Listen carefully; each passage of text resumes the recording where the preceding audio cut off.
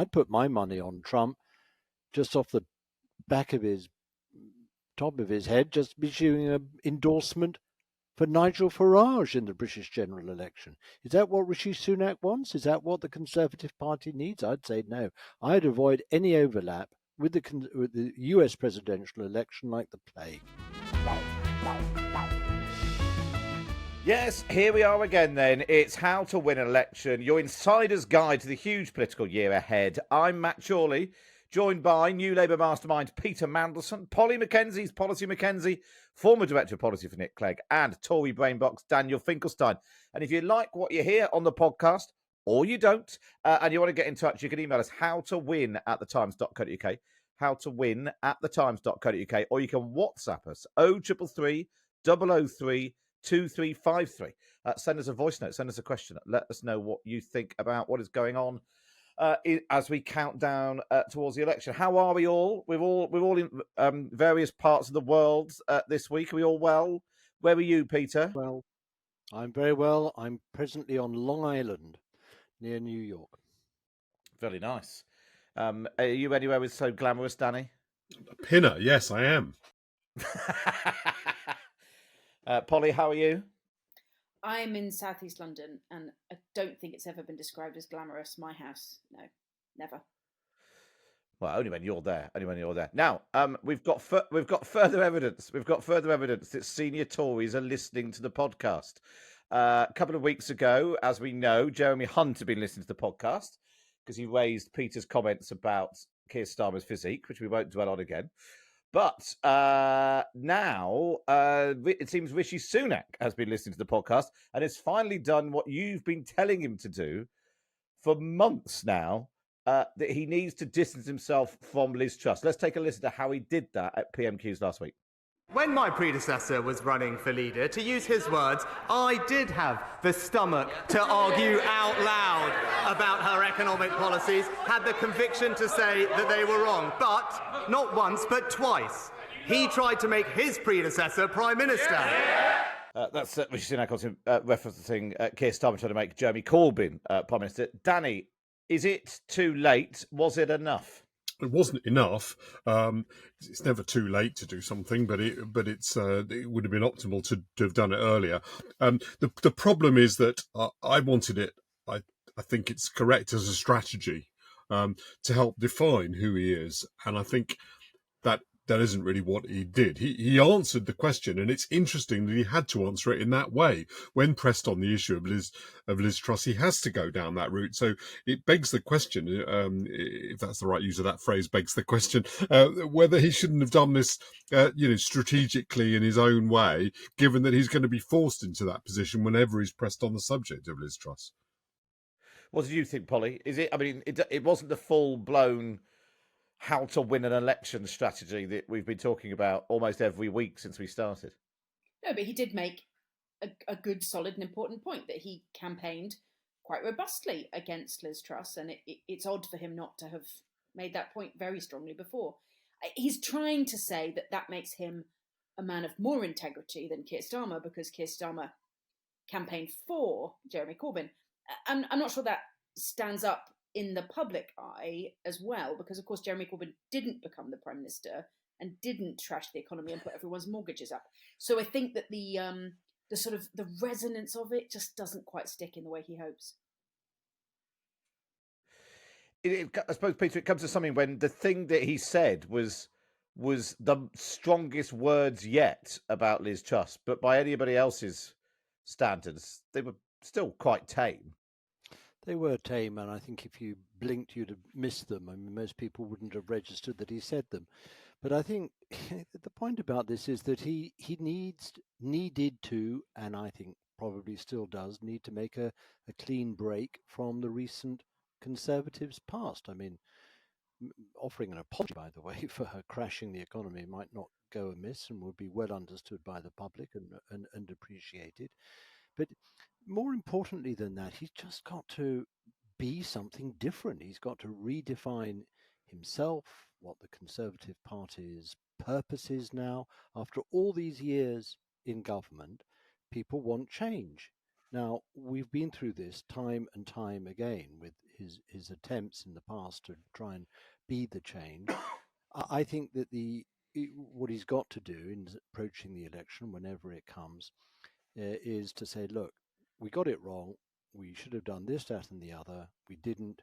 Now I represent something different, and this is what a re-election of the Tory government to a fifth term is going to represent and going to offer you. I think it's incredibly difficult and challenging to do that convincingly, but I think he's got to try. There was a sweet spot. It's one day last week where his smoking bill had got through its first stage without a massive rebellion. It was actually there was quite a big rebellion, which we'll come on to, but it had got through nonetheless.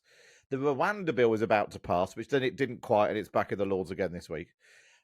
Angela Rayner was all over the front pages. Inflation was coming down, and it almost looked for about 20 minutes like things might be. We talked, I think, about green shoots, like things might just be starting to look okay for him.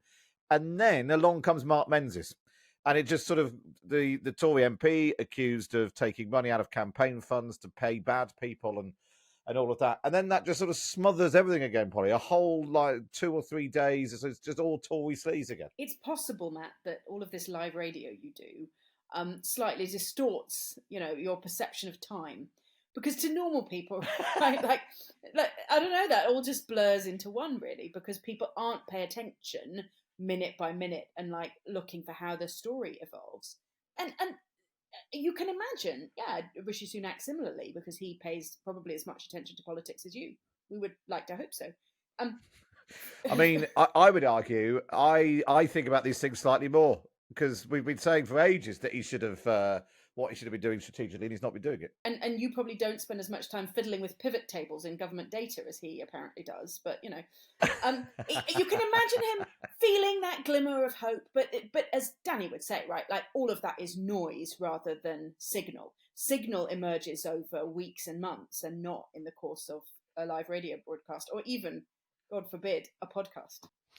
I think we're missing something more important about last week. Just to offer a postscript to what Polly said, and that is both in the case of smoking and sick notes, he was actually doing something.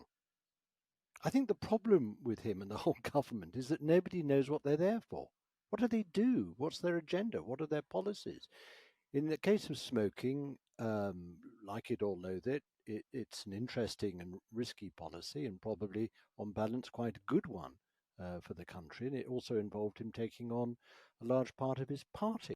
Therefore, there seemed to be some point to Rishi Sunak.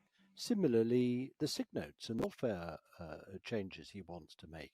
We can have a long debate about the merits and demerits, but at least he's doing something. And if he's going to keep on as Prime Minister, leading this government from now until October or November, he's got to line up an enormous number more things to do so that people can see what he's there for.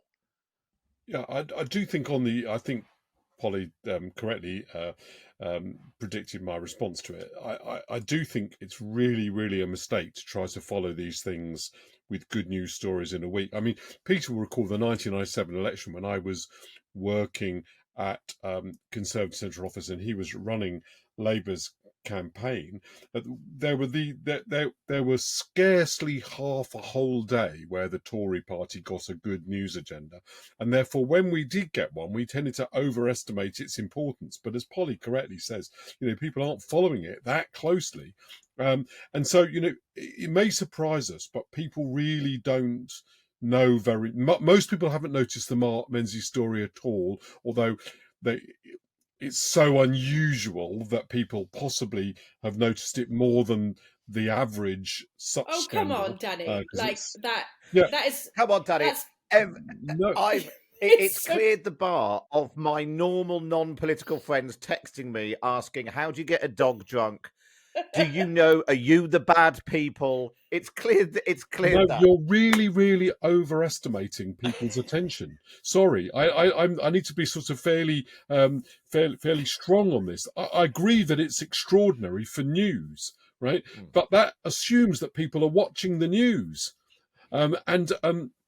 then there's the other question, which is if they are watching the news and they have noticed this story, they probably will forget it, or at least, when roughly it happened and which party he belonged to, though they probably guess it was the Tories. And by the way, that's because they had attached it to the narrative about the Tories being tired. And if it happened to somebody in the Labour Party, it probably wouldn't, it wouldn't fit a narrative. So it would probably possibly create less attention. But I'm being more kind of insistent than you guys think. These things, people don't pay attention to them, even when we think they're remarkable. And even the friends of yours that you are saying paid attention to this, you don't normally pay attention to politics.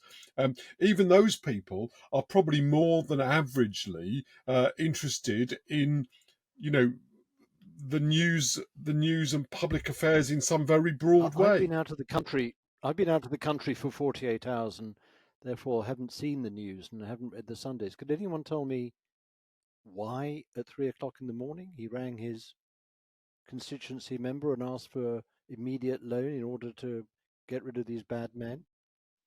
Can anyone tell me? He was locked in a flat. He was locked in a flat by some bad people. Yeah, that's what you do, right? I mean, certainly every time I've been locked in a flat by bad men. My view is that it's potentially, maybe it's actionable, whatever it is that he is or is not supposed to have done, and therefore nobody has written it down. I don't know. But it hasn't become clear as part of the story. The reporting that Billy Kember, our colleague on the Sunday Times who broke the story, he says, and this is according to a source close to Menzies, who's sort of given Mark Menzies' explanation, the demands for money in December came after he arranged to meet a man who he'd met on a dating website. The MP then went with a different man to a second address and continued drinking. Several people at that address then demanded thousands of pounds, and so they wouldn't let him leave until he'd paid them, which is why he phoned a 78-year-old woman in the middle of the night and asked her to raid It reminds me a little of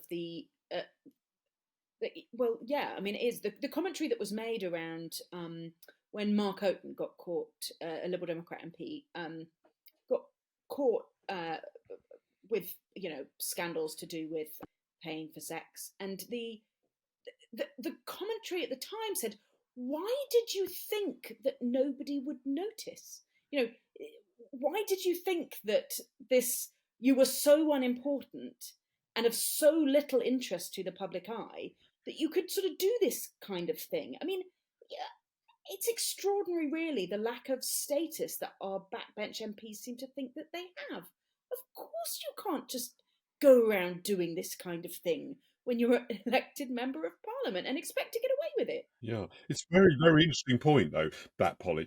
So, first of all, that is clearly an explanation for quite a lot of these things. And I do remember, you'll remember Peter Lord Sewell, who there was a big story about him in the paper.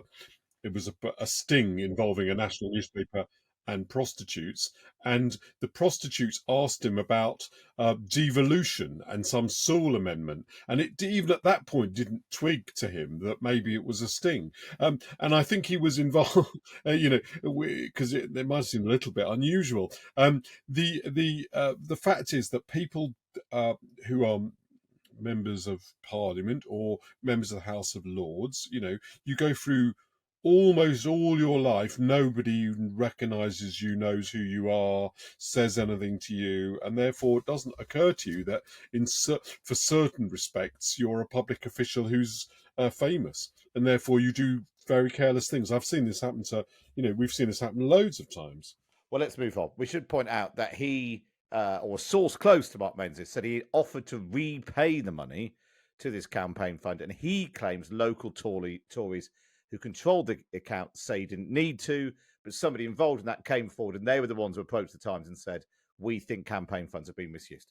But yes, absolutely. Let's move on, because up next we are going to talk about positioning for the leadership. There's a lot of it going on right now. Rwanda bill back in the Commons, and we know about Suella Braverman and Robert Jenrick and all of that. Penny Mordaunt and Kemi Badenoch fighting over an ashtray, it seems, to position for the leadership as well. We'll do that next on How to Win an Election.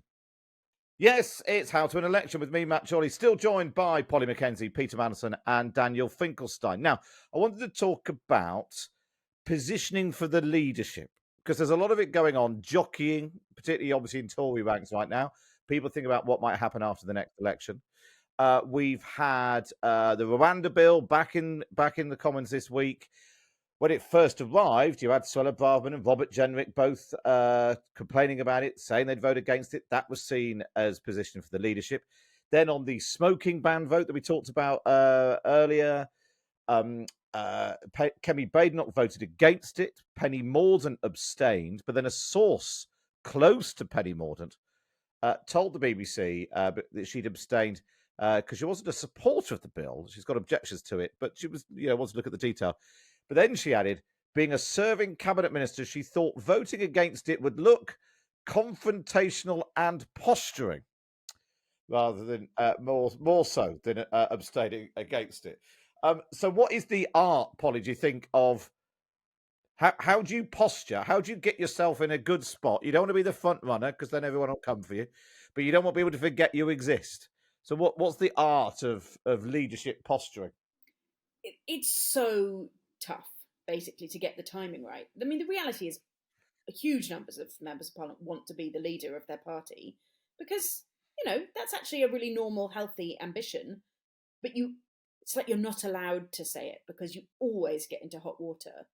And so I think it's one of those things that just grates with normal people watching politics is anyone who's ever asked ends up sounding disingenuous, and they do this sort of shy, coquettish blush and like, oh no, I could never do that. Like, oh, come on. The more you deny it, the more clear it is that that's what you want. And it just, if only we could have media reporting that didn't explode as, I'm pretty sure that Nick Clegg accidentally said something at, some fringe event and upset Min Campbell when Min Campbell was the leader, because he just said something normal, like, sure, if there were a vacancy, I'd be interested. And suddenly it's like, that's the only news story in town, and it's ridiculous. Of course, everyone wants to be a member of parliament. I mean, sorry, no, prime minister, that's the word. And I think the best way to do it in that context ends up being basically like using lots of proxies, a source close to, which is usually you, or if not, somebody who happens to share a parliamentary office with you. I do. Your mentioning of Nick Clegg takes me straight back, September 2007, and Nick Clegg being confronted outside the party conference by Elspeth, Lady Elspeth, the late wife of Min Campbell. And she said to him, I don't know if you're being helpful or not. And he said, I'm trying to be. And, that gave us something that basically occupied us for the whole week. Peter, I suppose the obvious first question is, did you want to be Prime Minister? It honestly never occurred to me that I would become Prime Minister. Indeed, for most of my sort of early adulthood, I didn't think I'd even become a member of Parliament. And that's in a sense why I went into the party headquarters. I thought I wanted to work for the party. I wanted to serve the party's interests. I wanted a career in politics. And that's why I became campaign director at a very early age. In the event, I thought I'd have one shot at becoming an MP.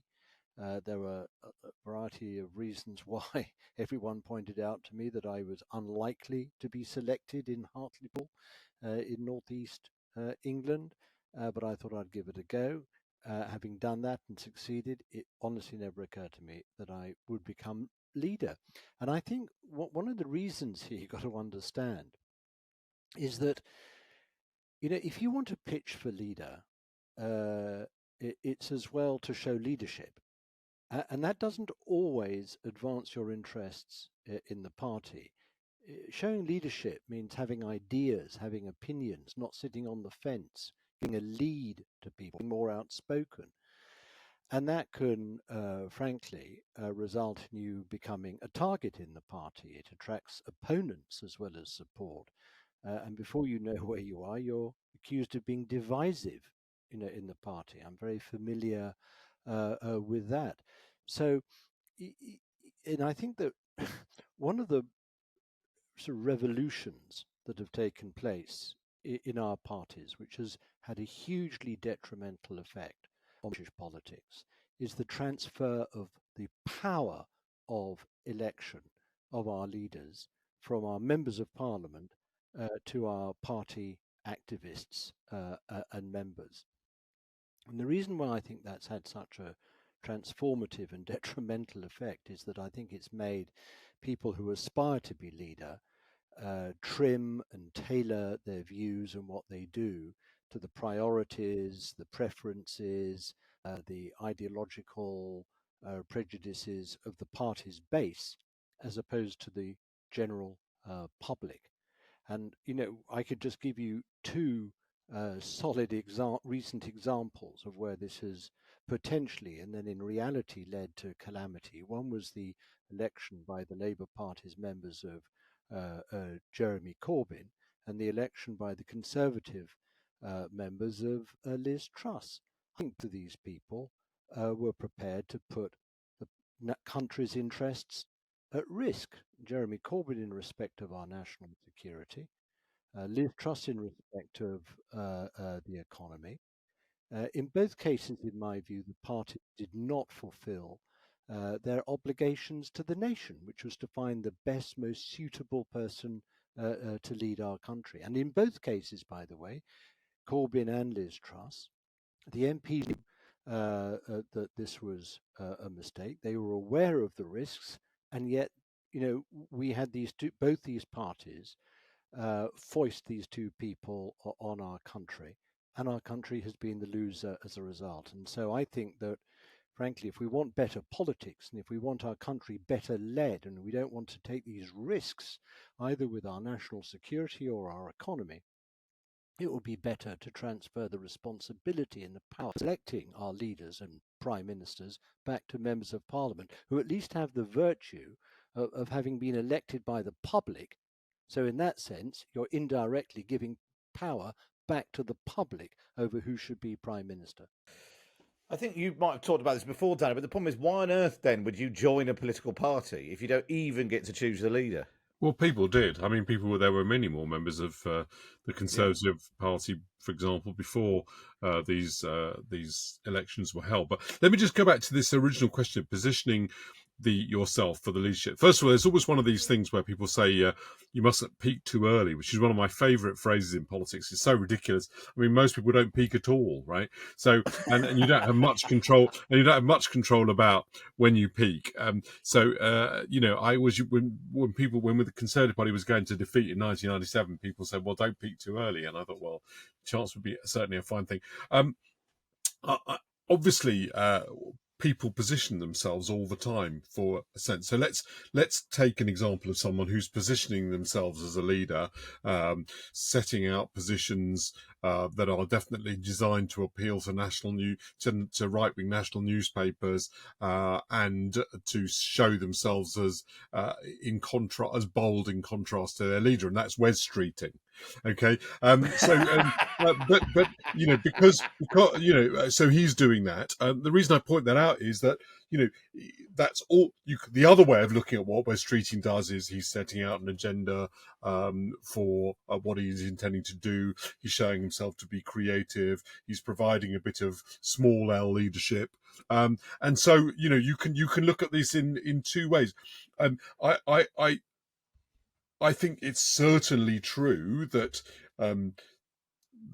if you think the leader of the party is going to lose the next general election, you do gently begin to position yourself. And one of the best examples of that recently was Keir Starmer's position on Brexit, which shifted from his original position when he was appealing to sort of Corbyn and the Corbynites in order to be put in the shadow cabinet, to a position where he wanted to appeal to the people he thought he could make him leader.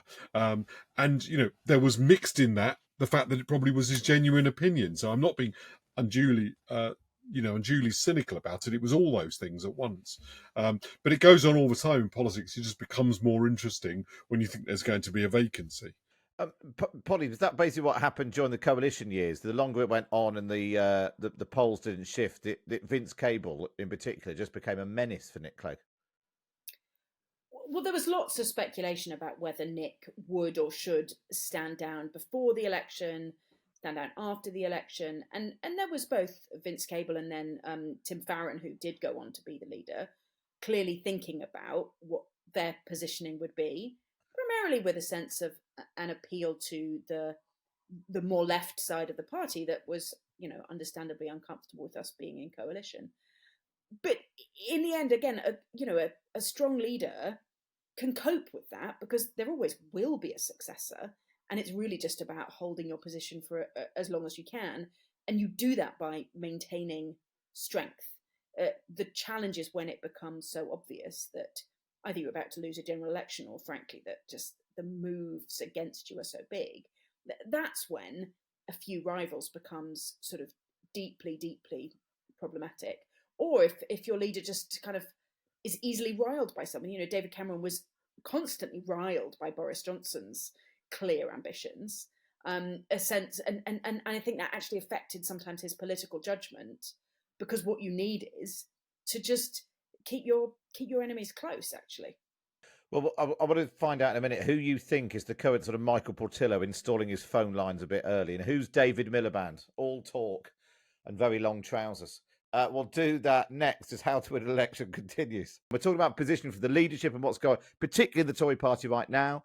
We've got Kemi Badenoch and Robert Jenrick and Suella Braverman and Penny Mordaunt and who knows who else. Although as Danny points out, it goes on in the Labour Party as well. I suppose it only becomes interesting if the leader is vulnerable in some way. There's no problem with people posturing if the leader is high in the polls, because there's not an immediate thing there. Peter, take me back to that time when you were there. You'd come back to save Gordon Brown, and there were all those shenanigans. You had Jeff Hoon and Patricia Hewitt. Then you had James Purnell resigned. Would David Miliband do it or not? The great what for lots of people listening to us right now, they will still think, slightly oddly in my view, that politics would be better if David Miliband came riding in on a white horse. Take us back to that moment and how serious it actually was for Gordon Brown. It was serious in the sense that there were quite a few members of the cabinet who were not happy about Gordon's performance, his strength of leadership, whether he was setting out an agenda to renew New Labour after those years of having been in power. They were a bit worried about having very successfully bailed out the banks and saved the rest of the economy from following our banks over a cliff. They then started to become more worried about debt, tax, borrowing, whether we were going into the election with the right stance. Yes, to sort of stave off depression, yes, to sort of stimulate growth, but also just to acknowledge that the public felt just a little bit queasy about the public finances and whether we were taking enough action, both to curb the level of borrowing, but also to reassign spending to their priorities. Now, there were people who felt, look, Gordon served a purpose. He's saved the economy, but he's not a very sort of front-footed, forward-looking. We're in need of fresh modernization, a new look, and that's why some people turned towards David Miliband.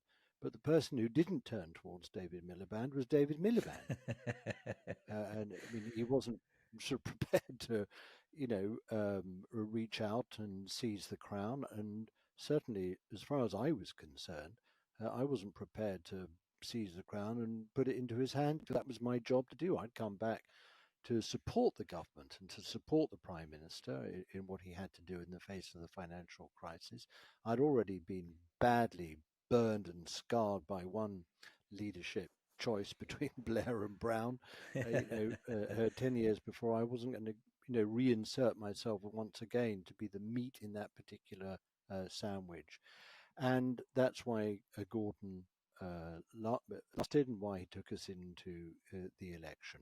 Most people think that had we made the leadership switch beforehand, and if David had been the new offer, then we would have been able to see off the Conservatives. I really don't know whether that is the case, but it didn't happen because there wasn't a candidate in David prepared to offer himself. Danny? Yeah, Peter makes an interesting, draws attention to an interesting thing. Positioning yourself to be the leader is, as Polly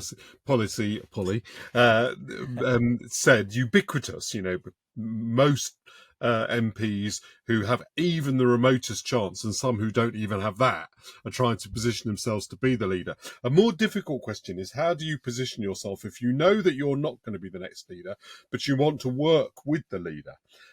How do you at a very early stage, when you don't even know who exactly the candidates are and you're not sure how it will play out, how do you build your alliances, position yourself with regard to one person or another? And Peter said, you know, he in the end felt he had a simple choice on the occasion with David Miliband, but a much more difficult choice when it came to Gordon Brown and Tony Blair. And it was interesting because you worked with both of them, Peter, it was then very late in the day when you were finally pushed into having to choose between them. And obviously it came about in tragic circumstances, so it hadn't come earlier. So it then became acute. And I think people do find themselves in that position. So I think that's a more difficult positioning one than positioning yourself to run for the leadership. Positioning to yourself around the people who might run for the leadership. Polly, what do you think is the equivalent to the old Michael Portillo installing the phone lines for an abortive leadership? Is it buying a web address? Is there something even more, but that people are getting it sort of slightly ahead of themselves? Yeah, and you do, people again make an excuse that it was just my uncontrollable supporters who loved me so much that they went out and registered something. I think it is important to have your allies and your friends, people you have deeply thought about things with, but actually the operational planning is much better. You can pull that together unbelievably quickly. And if, you know, whatever, Polly for PM.com is missing, just come up with a different slogan. It's like, it's not that hard. And I think the most important thing Peter has said is that, you know, in the end, it comes down to leadership, to actually setting out positions because you believe in them, because you have an agenda, and you. My heart says, you know, you want the Alexander Hamiltons and not the Aaron Burrs. And if you haven't watched the musical, just watch it, because then you'll understand what I'm talking about. But in the end, neither of those tactics work. If you always say what you believe, you often get yourself into trouble. But if you never say what you believe, then you don't deserve to be leader, and people will see through you. So you have to find a course somewhere in the middle. And I don't know what that is. Alexander Burr, that's the answer. There's another factor here, and it's going to arise in the case of Rishi Sunak. If as people are predicting, they do very well in the May elections, and there's a great turmoil in the Conservative Party, and people turn against him and think, well, he's just a loser. He's not going to be able to carry us through this final length. You know, let's make a, you know, let's get him out and get somebody else in who might do it better. And I always remember, you know, you're asking me about Gordon and David Miliband. And on a fateful day when Patricia Hewitt and Jeff Hoon made their move against Gordon, futile, disintegrated within minutes. But I remember talking to Alistair Darling about it, the late Alistair Darling, and I said, look, what are your wishes here? What are your intentions here? And he said, frankly, I can see the case for change. I can see the case for David Miliband. But I can also see the case for not making this move, because there'll be blood all over the walls. You know, not easily persuade Gordon to stand down. All the people around him, all his Praetorian Guard, there'll be mayhem. And there'll be bullets flying in all directions. And we simply can't afford that noise, that disarray, that blood all over all those walls so soon, you know, ahead of the coming election. And I think that's a dilemma that people are going to be faced within the Conservative Party as well, if there are some people who think that Sunak needs to be challenged and replaced. there'll be plenty of others, I suspect the majority, who will say, don't be so ridiculous. We can't afford that at this stage in the game. The public will think, just throw their hands up in complete despair. So we've just got to stick with the guy we have and cross our fingers and hope for the best. It's interesting that even if there was a candidate who might do better, the act of changing them and that's not without its risks and its impact. While you were talking there, Peter, I've checked. We can buy polyforpm.com for £6.84 for the first year, but if it's going to be a longer campaign, it is going to go up to £18.84 in the second year. So we need to know when you're going to move, Polly. Do we want it for just a year, or do we need it for the 2 years? There's a couple of stages I might need to get through first, but but of course, like Peter, I have the initials PM already, so maybe, in fact, Peter and I could have a joint candidacy. PM for PM. Yeah, I mean, it doesn't get better than that, does it? Now, I want to ask, because this is one of our recurring themes on the podcast, is when is the election going to be? It's a question that we asked ourselves when we began. Well, we've had this question in. Simon has sent this question into How to Win an Election. In choosing the date of the general election, would Rishi Sunak be best to announce the date just before the Labour Party conference or at the end of the Conservative Party conference? In answering this question, will this further give us clearer indications of when the election will actually be? Thank you. So I'm sure we've all had the email from the Tories this week inviting us to apply to attend the party conference. Interestingly, I'm not sure if they're charging the media in the same way, which suggests they're not quite so diligently organising their party conference as they have done in previous years. What would be your advice, Danny? Because the party conference is a sort of a bigger lump in the political calendar, which has two advantages. You raise lots of money from it, and you get loads of blanket coverage. So it is a thing in the run up to an election. So before Labour, after the end of the Tories, or just ignore it altogether? Yeah, I think the impact of the coverage, as you would expect me to say, is overestimated. No, I mean, it is. People don't follow that it's your conference and it's like item 4 on the news. But you do get one big go for the leader's speech, and that I think does have an impact. For one day, I don't think it moves hugely, but you can establish a strategy, you can capture the media, so it's worth a bit. I think that the media, the broadcasters in particular, who matter a lot, will be doing their very best to ensure they don't have a complete sort of imbalance of coverage at that period. So it probably wouldn't change anything to move the conference around. The Conservative Party might worry, by the way, that if it held the conference, it wouldn't necessarily get the sort of unity that it hoped for. Nigel Farage and Liz Truss can turn up and with the narrative against the Conservatives, it may not be the kind of triumphant occasion you actually look for. So I'm not sure in the end that you should spend an awful lot of time worrying about it, because I don't think it's going to move the dial. I think you have to spend time worrying about it. Just the sheer mention of Nigel Farage reveals why it would be a bad idea. If they're going on this timeline, they're heading straight into the middle of the US presidential election. I'd put my money on Trump just off the back of his top of his head, just issuing an endorsement for Nigel Farage in the British general election. Is that what Rishi Sunak wants? Is that what the Conservative Party needs? I'd say no. I'd avoid any overlap with the US presidential election like the plague. So what, call the election like beginning of September and it's all done and dusted by early October? Or end of August. It may have to be. Even earlier. Polly? I think you either want to go before both conferences or after both conferences. And as Peter says, that puts you into the US general election. So in the end, that takes you back to January. I think the conferences are a huge risk. The unity moment won't happen because huge numbers of MPs who really care about their seat will be in their seat fighting. They don't want to go hang about at a conference centre for 3 days, like eating chicken goujons and drinking warm white wine. No, They want to be campaigning if they care. And Chicken goujons. That's posh for sorry. conference. No, there's occasionally prawn goujons at the Tory party conference. I think I'd steer clear of the prawns at conference. But I think Danny's wrong, actually, that this question of it being a regulated period, once you've announced the general election, once you've called the election, it becomes a regulated period. And I think the broadcasters have to be much stricter about the balance of coverage.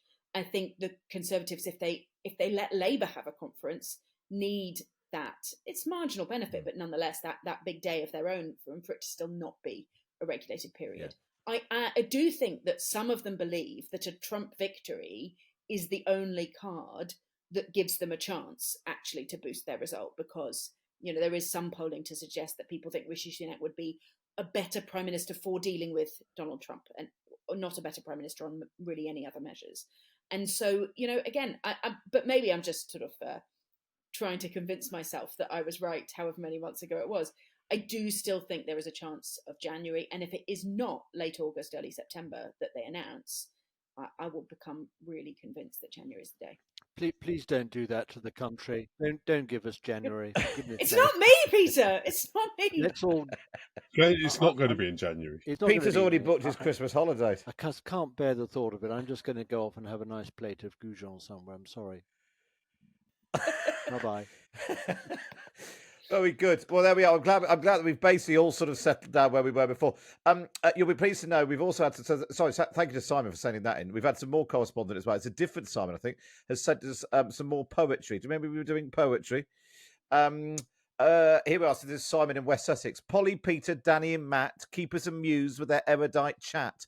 Whatever is said, though it might make us smile, Danny regrets that it won't move the dial. Brilliant. Which is very good. And then he sent us another one.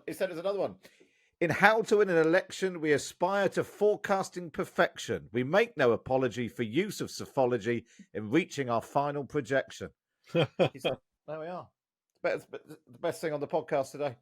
Well, thank you so much. If you want us to get in touch with your own questions, send us a voice note to 033003 2353. You can email howtowin@thetimes.co.uk if you've got questions for Polly, Peter, Danny and me. That was How to Win an Election.